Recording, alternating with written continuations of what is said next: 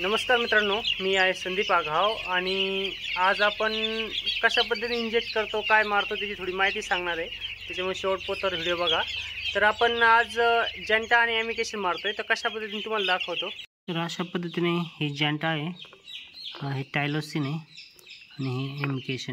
तर तुम्ही बघू शकता हे आपले मित्र इंजेक्ट करून राहिलेत।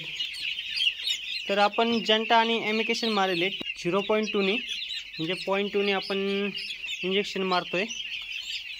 याचा फायदा काय असतो की पक्षी जेव्हा पक्षी थोडासा फास्ट ग्रोथ घेतो आणि थोडं पक्ष्यांना अँटीबायोटिक तयार होतं आणि पक्ष्यांना सर्दी पण होत नाही ज़्यादातर।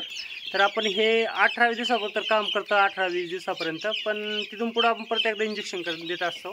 तर ते गरजेचं असतं, कारण काय होतं की पक्ष्यांना सर्दी झालं किंवा पक्षी लंगडा होणं किंवा पक्ष्यांना प्रॉब्लेम येणं, त्याच्यामुळे आपण हे जर इंजेक्शन दिले तर बऱ्याचशा प्रॉब्लेम कमी होतात। म्हणून आपण 3ऱ्या ते 4थ्या दिवशी इंजेक्शन देत असतो किंवा 18 ते 19व्या दिवशी परत एकदा इंजेक्शन देत असतो। तर अशा पद्धतीने इंजेक्शन चालू आहे आपलं। तुम्ही बघू शकता माझ्या पाठीमागं आपले मित्र मारून राहिलेत।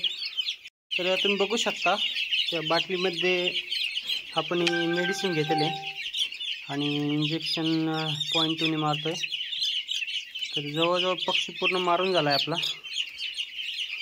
तर 1,500 पक्षीचं काम चालू आहे। तर पूर्ण फार्म कंप्लीट झाला आहे आणि अशीच नवनवीन माहितीसाठी चॅनल सबस्क्राईब करा आणि बेल आयकॉन प्रेस करा। धन्यवाद।